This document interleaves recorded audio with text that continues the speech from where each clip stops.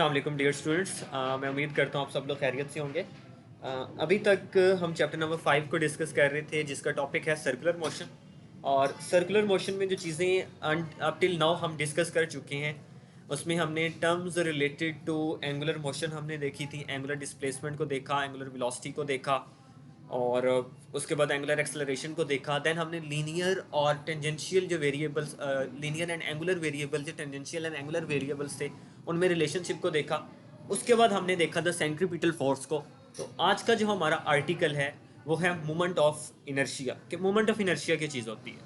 अब सबसे पहले तो मोमेंट ऑफ इनर्शिया के बारे में अगर आपको मैं इन शॉर्ट बता दूं तो moment of inertia in actual angular motion के अंदर जो बॉडी ने अपोजिशन देनी है अगेंस्ट एंगुलर मोशन उसकी मैयर। अब अगर इसके प्रूफ की तरफ आए तो सबसे पहले हम न्यूटन सेकंड लॉ हमने पढ़ा हुआ है, that is F is equal to M A. अब यहाँ से एफ फोर्स है, एम मैस है और ए लीनियर या टेंजेंशियल एक्सेलरेशन है। अब इस टेंजेंशियल एक्सेलरेशन का हमें पता है, जो टेंजेंशियल एक्सेलरेशन है a is equal to r of alpha होता है। तो यहाँ पे हम ए की जगह आर ऑफ एल्फा पुट करेंगे, आपके पास इक्वेशन बन जाएगी F is equal to M R alpha. Now यहाँ पे जो आपके पास इक्वेशन बनी है एम आर एल्फा, इसको हमने कन्वर्ट करना है किसके अंदर, एंगुलर के अंदर। तो हमने टॉर्क के बारे में पढ़ा हुआ है, टॉर्क बराबर होता है आर एफ के। टॉर्क की जो मैग्नीट्यूड मैक्सिमम होती है वो आर एफ के इक्वल होती है।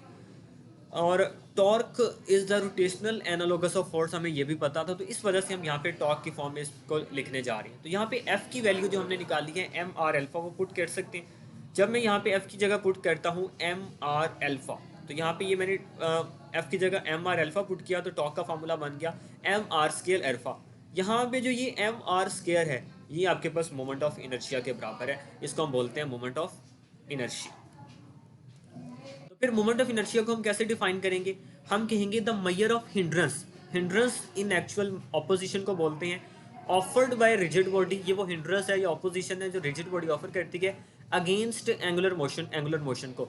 When r torque acts on a body, तो जब भी किसी बॉडी के ऊपर टॉर्क एक्ट करता है तो एंगुलर मोशन के खिलाफ बॉडी क्या करती है, कुछ रेजिस्ट करती है, कुछ अपोज करती है। उसको हम क्या बोलते हैं, moment of inertia. Mathematically form क्या होती है, मैथमेटिकली फॉर्म में अगर हम डिफाइन करना चाहें तो अभी हमने कहा था I is equal to M r square. तो मैं कहता हूँ the product of mass and square of perpendicular distance from the axis of rotation is called moment of inertia. Formula होता है I is equal to M r square. अब देखें यहाँ पे क्या चीज़ है, ये आपके पास मैस है जो कि बॉडी मूव कर रही है और ये आपके पास पिवट पॉइंट है। इस पिवट से लेके इस मैस तक का जो परपेंडिकुलर डिस्टेंस है जिसको आर से रिप्रेजेंट किया हुआ है, ये एक्सिस ऑफ रोटेशन से परपेंडिकुलर डिस्टेंस है।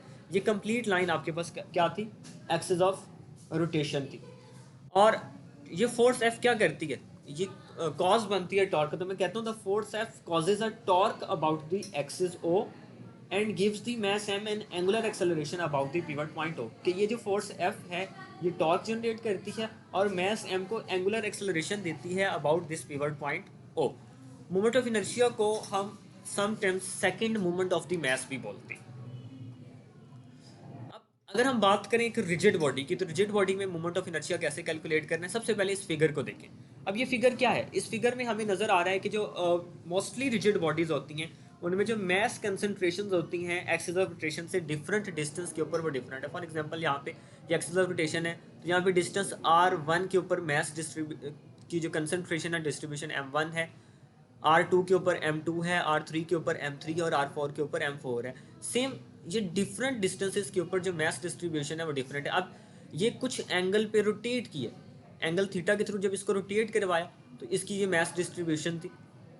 अब इन मैस डिस्ट्रीब्यूशन के लिए हर पॉइंट के लिए जो मोमेंट ऑफ इनर्शिया जो टॉर्क होगा वो डिफरेंट होगा। For example for this distribution R1 जो टॉर्क है वो है m1 R1 का स्क्वायर अल्फा 1। सिमिलरली जो सेकंड मैस डिस्ट्रीब्यूशन है उसके लिए टॉर्क होगा m2 R2 का square alpha 2।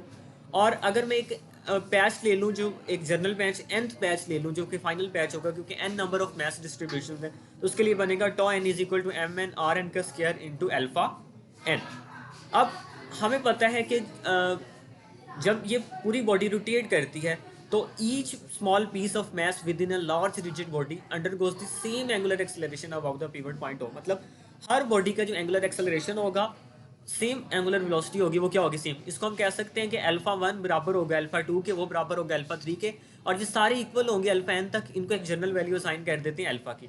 So total torque को मैं लिख सकता हूँ m1r1 का स्क्वायर प्लस m2r2 का स्क्वायर प्लस m3r3 का square plus up to so one mn का स्क्वायर, और अल्फा सब में से क्या आ गया, कॉमन आ गया। अब मुझे पता है ये सब जो आपके पास m1r1 का स्क्वायर m2r2 स्क्वायर, इसको मैं जर्नल फॉर्म में लिखना चाहूँ सिग्मेशन की फॉर्म में, तो मैं क्या लिखूंगा mi/ri का स्क्वायर। अब इस चीज़ का मतलब क्या है, इस चीज़ का मतलब ये है कि यहाँ पे mi/ri में i की वैल्यू नहीं अपडेट होना है। i की वैल्यू फॉर एग्जांपल पहले 1 के लिए m1r1 का स्क्वायर का आंसर आएगा, फिर i की वैल्यू 2 हो जाएगी m2r2 का स्क्वायर, फिर i की वैल्यू 3 होगी m3r3 का स्क्वायर, फिर i की वैल्यू 4 होगी, और ये मैक्सिमम कहाँ तक जानी है जो लूप मैंने डिफाइन किया n तक जाएगी। मतलब इन सब के आंसर आएंगे, और उसके ऊपर मैंने ये क्या ऑपरेशन फीड किया हुआ है सिग्मेशन का, सबके आंसर आएंगे, और एट द एंड ये सम अप हो जाएंगे अप टू n टर्म। तो इसका आंसर क्या आ जाएगा i। अब इस चीज़ को आपने समझना है, फॉर एग्जांपल हमने सिर्फ 4 टर्म्स को ऐड करना होता तो i is equal to 1 to i is equal to n की जगह क्या आ जाता, सिर्फ 4 आ जाता। मुझसे कहा गया कि आप 5 टू 10 को ऐड करें, तो i इज इक्वल टू 5 लिखता और ऊपर इसकी जगह 10 लिखता, तो इसने 5 टू 10 को क्या कर देना था, सम कर देना था। तो इस चीज़ को भी आप लोगों ने समझना कि पहले m1r1 स्क्वायर का आंसर आएगा, फिर m2r2 स्क्वायर का आंसर आएगा, फिर m3r3 स्क्वायर का आंसर आएगा, और एट द एंड ये n तक जाते हुए उसके ऊपर हमने सिग्मेशन लगा दिया, तो उन n टर्म्स को ये क्या कर देगा, ऐड कर देगा, जिसका आंसर क्या आता है, i आता है। तो इस चीज़ का मतलब जो टोटल टॉर्क है, टॉर्क किस चीज़ के इक्वल आ गया, टॉर्क इक्वल आ गया i ऑफ अल्फा के। यूनिट एंड डायमेंशंस क्या होते हैं, जो मोमेंट ऑफ इनर्शिया है इसका यूनिट है किलोग्राम मीटर स्क्वायर, और इसकी डायमेंशन बनती है ml का स्क्वायर। अब आपको यहाँ पे 2 सिलेंडर्स नज़र आ रहे हैं, एक जिसका डायमीटर लार्ज है और दूसरे का डायमीटर क्या है, स्मॉल है। तो आप लोगों ने याद रखना है जो रोटेशनल इनर्शिया होगा लार्ज डायमीटर का क्या होता है, ज़्यादा होता है। मोमेंट ऑफ इनर्शिया किन फैक्टर्स पे डिपेंड करता है, पहली चीज़ तो डिपेंड करता है मास ऑफ द बॉडी पे, दूसरी according to book distribution of mass about the axis of rotation. Book में अगर देखें तो बुक ने लिखा हुआ है कि moment of inertia depends on mass of the body and distribution of mass about the axis of rotation. Third factor मैं ये भी कह सकता हूँ इसी चीज़ को कि आपके पास perpendicular distance from axis of rotation पे भी ये डिपेंड करता है। मोमेंट ऑफ इनर्शिया का मास के साथ क्या रिलेशनशिप है, ये बहुत इंपॉर्टेंट शॉर्ट क्वेश्चन है। कहा जाता है कि मोमेंट ऑफ इनर्शिया की आप सिग्निफिकेंस बताएं, तो what is the significance of moment of inertia. हम कहते हैं moment of inertia plays same role in angular motion as the mass in linear motion. इस चीज़ का मतलब ये है कि जिस तरह के मास रिस्पॉन्सिबल होता है इनर्शिया का, मास क्या करता है, बॉडी की चेंज इन स्टेट के खिलाफ, चाहे वो रेस्ट की है चाहे वो आपके पास यूनिफॉर्म मोशन की, उसके खिलाफ रेजिस्ट करता है। तो same moment of inertia angular motion में रेजिस्ट करता है जब बॉडी के ऊपर कोई टॉर्क लग रहा होता है। तो दोनों ही मेजर ऑफ रेजिस्टेंस है। तो इसकी सिग्निफिकेंस हम इस तरह लिखते हैं कि moment of inertia plays same role in angular motion as mass in linear motion. इस चीज़ का मतलब जो इक्वेशन है tau is equal to I alpha, ये in actual Newton second law ही है, F is equal to m। मतलब फोर्स का जो रोटेशनल एनालोगस है वो टॉर्क है, m की जगह मोमेंट ऑफ इनर्शिया आ गया और a की जगह क्या आ गया, अल्फा आ गया। कुछ डिफरेंट बॉडीज के मोमेंट ऑफ इनर्शिया आपने एज एमसीक्यू याद रखने हैं। फॉर एग्जांपल आपकी बुक में दिया हुआ थिन रॉड के लिए होता है 1/12 ml का स्क्वायर, ये एक एमसीक्यू है। देन हुप का दिया हुआ है I is equal to mr square. Then solid disc या सिलेंडर के लिए पूछा जाए तो ये होता है हाफ mr स्क्वायर, और स्फीयर के लिए होता है 2/5 mr स्क्वायर। ये चारों एमसीक्यूज भी हैं, और ये चारों के चारों आपके पास न्यूमेरिकल्स में भी कहीं ना कहीं यूज़ होते हैं। आपने रिंग या हुप का और डिस्क का ये भी याद रखना है, अगले आर्टिकल्स में हमने ये डेरिवेशन में इसको यूज़ कर रहे हैं। तो आई होप ये चीज़ें क्लियर होंगी और आपने इनको अच्छी तरह करने की कोशिश भी करनी है। आप लोगों का बहुत शुक्रिया, अल्लाह हाफिज़।